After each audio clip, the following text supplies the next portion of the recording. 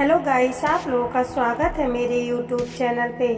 एक समय की बात है, एक जंगल में चूहों का झुंड रहता था। वो बहुत ही हंसी खुशी रहते थे। तभी उसी जंगल में एक सियार इधर उधर घूमता रहता है। घूमते घूमते वह थोड़ी देर के बाद सियार की नज़र चूहों की झुंड पर जाता है।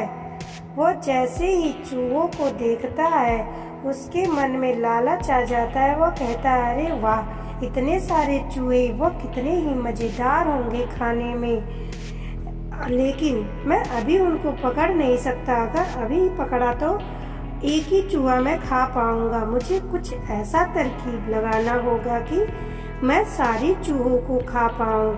फिर वो सोचने लगता है कि मैं ऐसा क्या करूं। वो चूहों का पीछा करता है और चूहे को देखता रहता है। चूहे धीरे धीरे वो जाते हुए एक बिल में चले जाते हैं। वो सभी चूहों को देखता है और जैसे ही चूहों का निकलने का समय होता है, सियार एक पैर पर खड़ा हो जाता है। चूहा बाहर आते हैं तो देखते हैं कि सियार एक पैर पर खड़ा है। तब चूहे को बहुत ही ज्यादा आश्चर्य होता है। उसमें से चूहों का राजा सियार से बोलता है कि अरे सियार भाई, ये कैसा, एक पेड़ पे क्यों खड़े हो आप?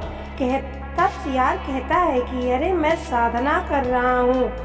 तब चूहे कहता है कि आपका मुंह क्यों खुला हुआ है? सियार कहता है कि मुंह इसलिए खुला हुआ है कि मैं हवा को बस ग्रहण करता हूँ और सूरज की आराधना करता हूँ।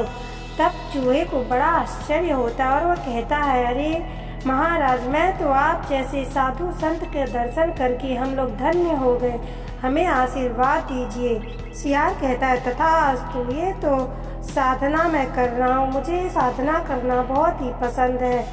अब सियार जैसे ही चूहा सारे जाते हैं, वो लास्ट वाले चूहे को पकड़कर खा जाता है। और फिर दूसरे दिन जैसे ही उनका आने का समय होता है, वो दोबारा से एक टांग पर खड़ा हो जाता। अब सियार धीरे धीरे करके एक एक चूहे को खाना शुरू कर देता है। तब चूहों का राजा कहता है कि यह कैसे पॉसिबल है? सियार तो कुछ खाता भी नहीं है, संत महात्मा है, लेकिन फिर भी हमारा झुंड कम कैसे हो रहा है? चूहे का राजा कहता है, मुझे छानबीन करनी पड़ेगी कि क्या चल रहा है, माजरा कुछ समझ में नहीं आ रहा है। तब वो चूहों से कहता है कि जब तुम सब बाहर निकलोगे तो मैं सबसे लास्ट में बाहर आऊँगा। अगर सियार कुछ कर रहा है तो मुझे उस चीज़ का पता चल जाएगा।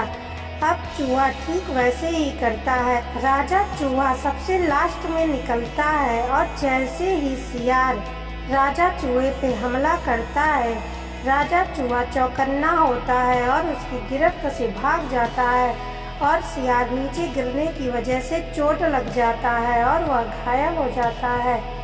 तभी सभी चूहे सियार पे झपट्टा मार देते हैं और उसको मार डालते हैं और सभी अपने सूझबूझ से उसको मार देते हैं। इस कहानी से हमें यह सीख मिलती है कि कभी भी अपने दुश्मन पर भरोसा नहीं करना चाहिए। अगर ये कहानी आपको अच्छी लगी हो तो लाइक, सब्सक्राइब और शेयर करें। धन्यवाद।